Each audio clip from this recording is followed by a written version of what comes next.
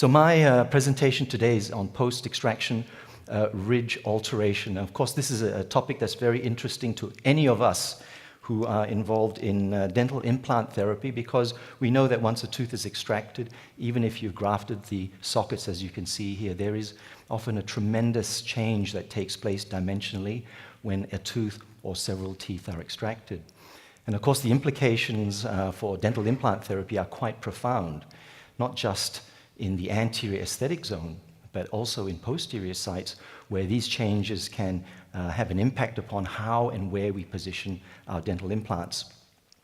So what I'd like to do over the next 20 minutes or so is to first go over post-extraction healing and to review the bundle bone theory of early dimensional changes. I'll then look at some of the information about dimensional alteration of the bone and also discuss one other aspect that is not often talked about, and that's the dimensional alteration of the soft tissue. Because we know it's not just the bone that heals, but also the overlying soft tissue. So what happens there? And then we'll make some conclusions at the end of the presentation. Okay, let's firstly talk about post-extraction healing. The prevailing concept today is the bundle bone theory.